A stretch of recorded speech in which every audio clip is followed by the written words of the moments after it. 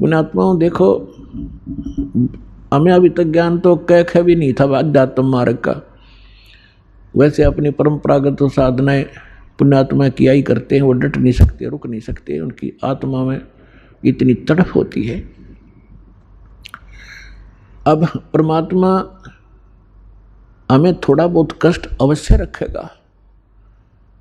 यदि आपको सर्व सुख यहाँ प्राप्त होगे तो आप वही हो जो सर्व सुख को सतलोक में ठोकर मार के आएंगे। और फिर कुछ दिन में यहाँ भी भूल पड़ जाएगी, सारे ठाठ हैं, कोई दिक्कत नहीं आई, और वो जो लगन लगाना चाहते हैं सतलोक में कि कसक बनाना चाहते हैं, वह भूल पड़ जाएगी। तो आपको थोड़ी बहुत जो तकलीफ हो रही है उसके दो कारण समझना।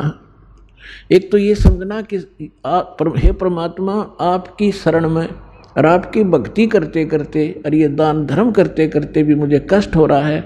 आपकी शरण में ना होता तो ना जाने के बिजली गिर जाती मेरे घर के ऊपर, मेरे शरीर के ऊपर। और ये सत की सत मानना।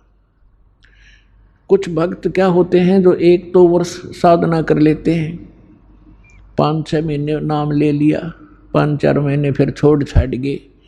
गलती तो उनकी अपनी होती है, क्योंकि मर्यादाहीन हो जाने से परमात्मा की पावर जाना बंद हो जाती है।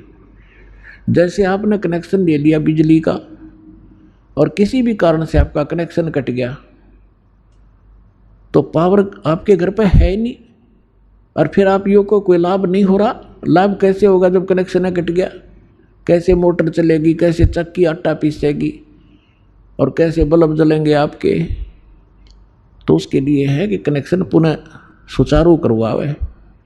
यदि क्योंकि परमात्मा को मालूम था कि जब ये सच्चा मार्ग शुरू होगा उस समय काल ने इतनी ऊट पटांग रीतियां बना दी होंगी, परंपराएं बनवा दी होंगी, बनवा दी जाएंगी उसके द्वारा, और फिर भगत के लिए वो परंपराएं बाधक होती हैं।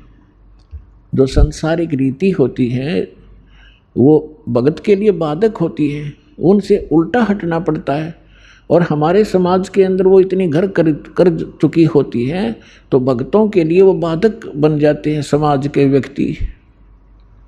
और किसी ना किसी कारण से, कोई मजबूरी से, कोई अनजानपने में, तो आपकी मर्यादा भंग हो जाती है। उसके लिए सुविधा दी है कि आप हृदय से पुकारो और फिर आगे ऐसी गलती ना हो, समाज से संघर्ष करो, लड़ना नहीं है। अब वो आपकी बात नहीं मानते हैं तो आप भी उनकी मत मानो भक्ति मार्ग में, और बाकी जो कोई सलाह अच्छी देता है संसारिक कार्यों की, उसको स्वीकार करो। तो उस कारण से आप किसी ना किसी कारण से मर्यादा भंग हो जाती है तो आपको हानि होना प्रारंभ हो जाएगी। और आम व्यक्ति ये सोचेगा इसने नाम भी ले रखा है, इसका फिर भी दुख हो गया। वो दुख उसके कारण भी हो सकता है कि नाम खंडित हो गया, परमात्मा का प्रोटेक्शन आपके सिर से हट गया, तो काल तो फिर लठ लिए खड़ा है, कभी ठोक देगा। तो हमने सबसे बड़ा इस मार्ग पर सफल होने के लिए परमात्मा की मर्यादा का पालन करना है। कबीर साहब कहते हैं, जब लग हंसा हमरी आना, काल लगे ना तुमरा बाना। परमात्मा ने कहा कि जब तक ये मेरा हंस, मेरी आत्मा मेरी मर्यादा में रहेगा, काल तेरा अटैक नहीं हो सकता।